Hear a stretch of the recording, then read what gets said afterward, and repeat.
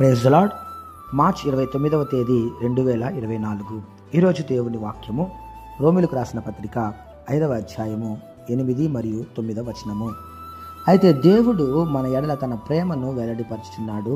ఎట్లనగా మనమింకను పాపులమై ఉండగానే క్రీస్తు మన కొరకు చనిపోయెను. కాబట్టి ఆయన రక్తము వలన ఇప్పుడు నీతిమంతులముగా తీర్చబడి మరింత నిశ్చయముగా ఆయన ద్వారా ఉగ్రత నుండి రక్షింపబడుదుము. అవును క్రీస్తునందు ప్రియులారా, మీ అందరికీ ఈ యొక్క గుడ్ ఫ్రైడే శుభాకాంక్షలు, శుభ శుక్రవారపు శుభములు తెలియజేయుచున్నాను. క్రీస్తు యేసు యొక్క ప్రేమకు ఉన్నత నిదర్శనము సిలువలో క్రీస్తు పొందిన శ్రమలు మరియు మరణమే.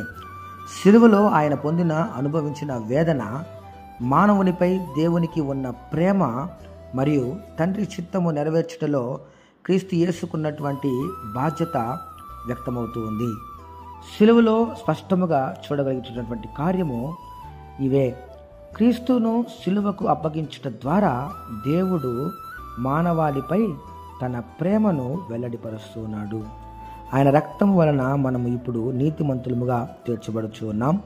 మరింత నిశ్చయముగా ఆయన ద్వారా ఉగ్రత నుండి రక్షింపబడుచున్నాం, నరకము నుండి రక్షింపబడుచున్నాం. ఆ సిలువలో క్రీస్తు నిన్ను పిలుచుచున్నాడు. ఆయనను సొంత రక్షకునిగా అంగీకరించుటకు ఇది అనుకూల సమయము.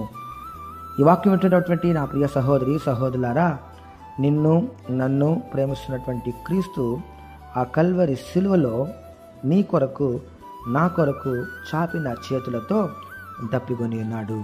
ఆయన దాహార్తి మనమందరం కూడా నశించిపోకుండా రక్షణ పొందుటయే. అనేకులు నరకములో నుండి తప్పింపబడుటకు, నశించిపోకుండా వారిని రక్షించుటకు ఆయన దప్పికొలిగి ఉన్నాడు. ఆయన దాహాన్ని తీర్చుటకు నీవు నేను ప్రయాసపడదుముగాక. ఆమేన్. ప్రేయర్ టవర్ మినిస్ట్రీస్లో మీ సహోదరుడు. God bless you all.